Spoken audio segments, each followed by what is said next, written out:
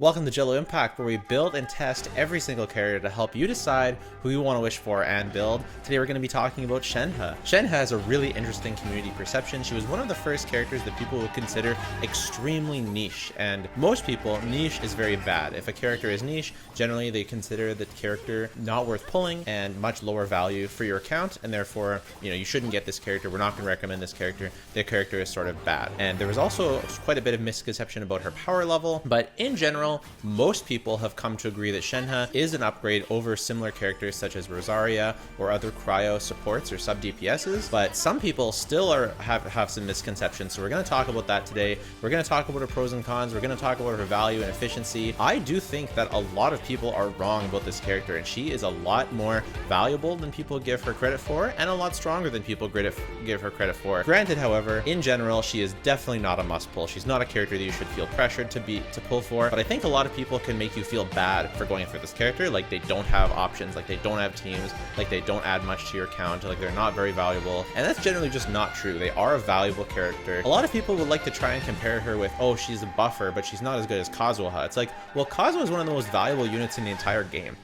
Regardless, she is a very valuable cryo buffer, not as valuable as some characters like Kazuha, but definitely a lot better than people say. Changes with Dendro, changes with the new characters, I would say that not much has changed at all for Shenhe. The only thing that Cryo got out of Dendro reactions is what people call a Hyper Fridge comp, where you run Hyper Bloom with a freeze character so that you can freeze. Shenhe doesn't really work in a Hyper Fridge comp because generally you only have one flex slot in a Hyper Fridge team, and that will be generally filled up with your Cryo character. If you're using Shenhe, her real value comes from being played with other Cryo characters because it revolves around buffing Cryo characters. She does have a tiny bit of physical damage buffing as part of her burst. She reduces the resistance to some physical damage, but in general, she's mostly used to buff Cryo. And how her skill works is you get a certain amount of ticks given to all the characters on their team, and as long as that character could use a Cryo attack, but somehow Animo counts as a Cryo attack if you're swirling Animo, because it counts as a Cryo swirl, so technically that's a Cryo attack, even though you're an Animo character. So someone like Kazuha can actually use Shenhe's quills. So generally, you're going to want to build your team with at least two other characters that can take advantage of Shenhe's quills. So you might have one Hydro character that can't use Shenhe's quills, and then one Animo character, and then one other Cryo character that can take advantage of her quills. She's also a reasonably good battery if you're going to be using the Favonius Lance, which you generally want to do because her burst cost is pretty high. Her pros and cons, I would say the pros of Ayaka is that she's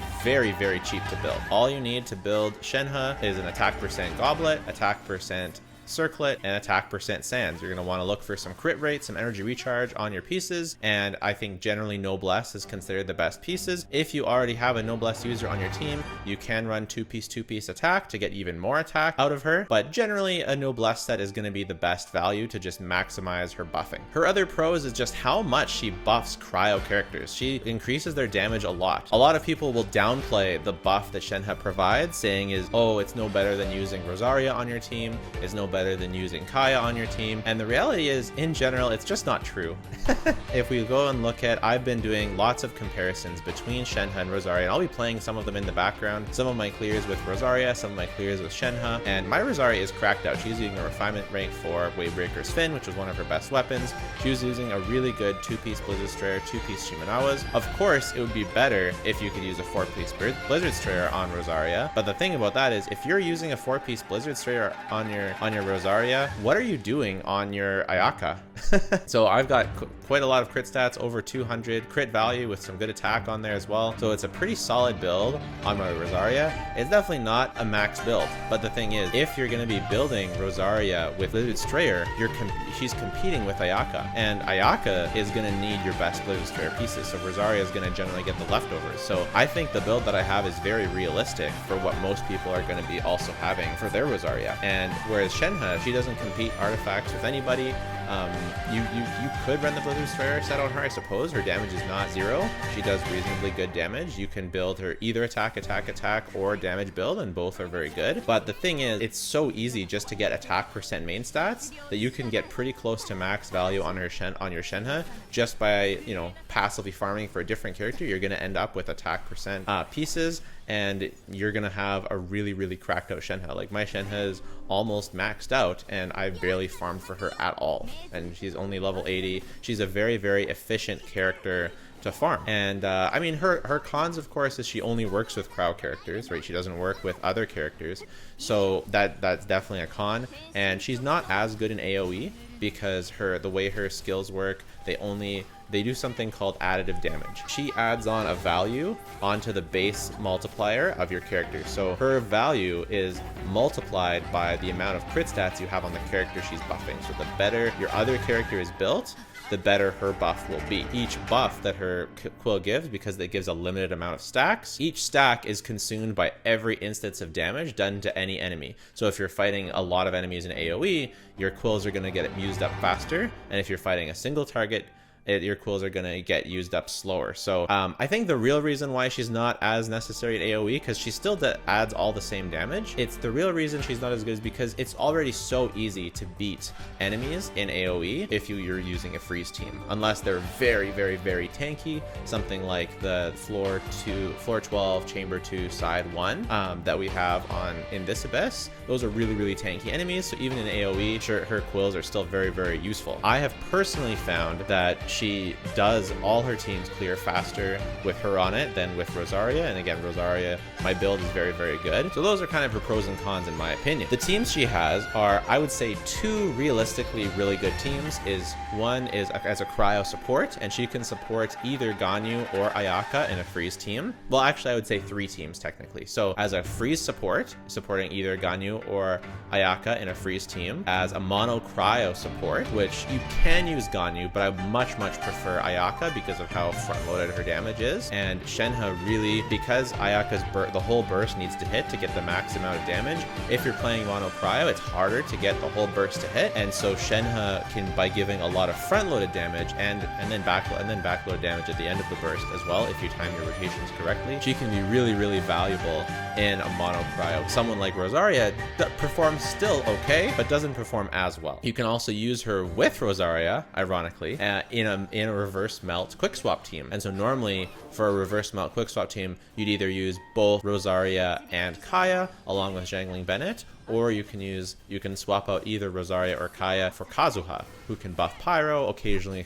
buff the Cryo. You can replace Kazuha on that team or one of Rosaria and Kaya on that team for Shenhe. And the team is very, very competitive to the Kazuha variant, which is, the better variant. I would say it performs just as well, if not slightly above, slightly below, depending on if it's sort of a more stationary enemy, or if you kind of need the grouping from Kazuha, then of course the Kazuha variant will perform better. But if you're playing a, reverse melt quick swap team, she is definitely an upgrade compared to having both Kaya and Rosaria there. And so by freeing up Kazuha from that team, that can be pretty valuable to allow it to go onto your other team, maybe a Dendro team. I would say those are her main three teams, is a free support, mono cryo, and reverse melt quick swap. I wouldn't really use her in a reverse melt team with Ganyu, just because Ganyu really needs that survivability from the shield. She's much better placed into a reverse melt team with Rosaria. So those are her teams. Now, the next question is, how strong is she? How does she feel to play? I would say overall, she feels pretty neutral to play because you're not really doing a lot of playing with her.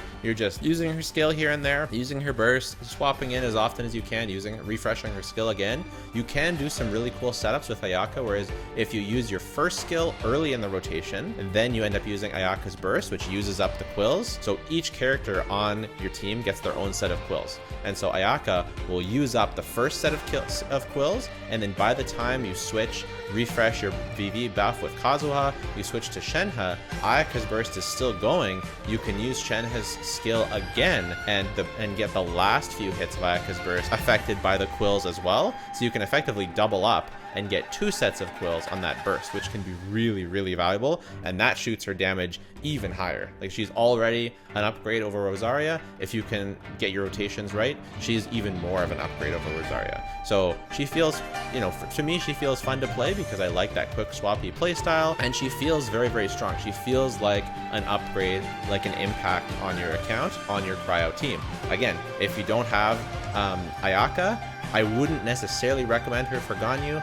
because Ganyu's freeze team is really just generally not as good in recent abysses. It's really only good in Ventiable content, and in Ventiable content, Venti is pretty much strong enough. Never mind, you add Ganyu's burst, which makes it crazy, and then Shenhe Quills is completely overkill at that point. So I really wouldn't recommend her for Ganyu. In terms of gameplay issues or other issues, she doesn't really have any gameplay issues or really any issues to speak of. Her only issue is she only buffs cryo characters. So if Ayaka's not your favorite character, if you don't just really want to go for this character, she falls into the camp that many other characters do. You don't have to go for her, but she will feel nice if you do. She'll be an upgrade to your teams if you do go for her, if you want to go for her. But you shouldn't feel pressured to go for her. Even if you're running an Ayaka team, you shouldn't feel pressured to go for her, because she's not a necessary piece of Ayaka's puzzle. Kazuha is a necessary piece of Ayaka's puzzle, right? Kazuha is necessary for many teams, but she's not like the Xingqiu to the Hu Tao team.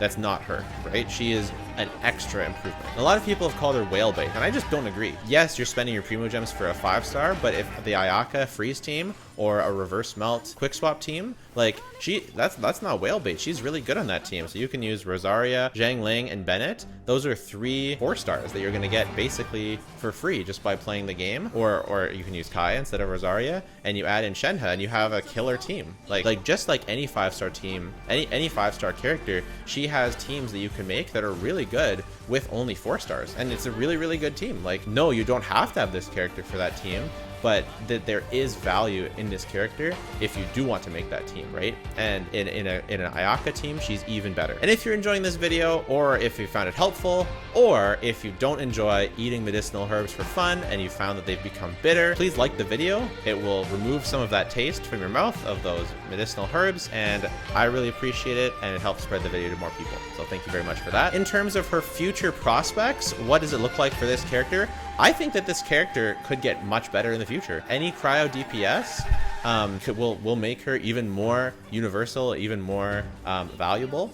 And so I definitely think that this character has future potential. I wouldn't pull her just for, the Saritsa, for example, because we don't know what she's going to do. We don't know what those future characters are going to do. But if you pick up this character for your Ayaka, or if you pick up this character for your Rosaria just because you like them, I do think that this character has potential to increase value in the future. In terms of overworld and aesthetic, we'll start with aesthetics, because her aesthetic is one of my favorite aesthetics in the game by far. She is such a cool looking character. She has an amazing design, and she was one of the first characters that was revealed when I first started playing the game, and she was one of the characters that I didn't know about, and her reveal was totally a surprise to me, and I was just very, very, very excited to go for this character. And I wished for this character when I didn't have any cryo characters.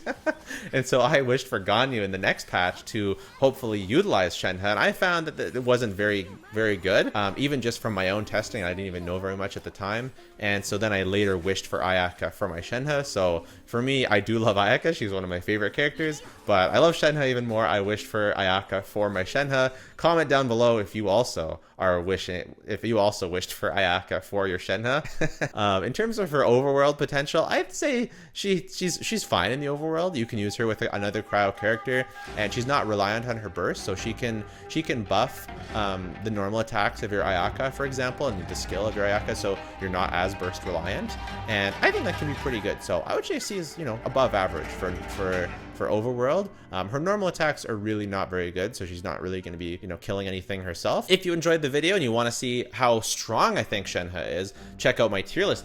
My tier list video over there. And if you want to see my review of Sino before his banner leaves, check out that video down there. Take care.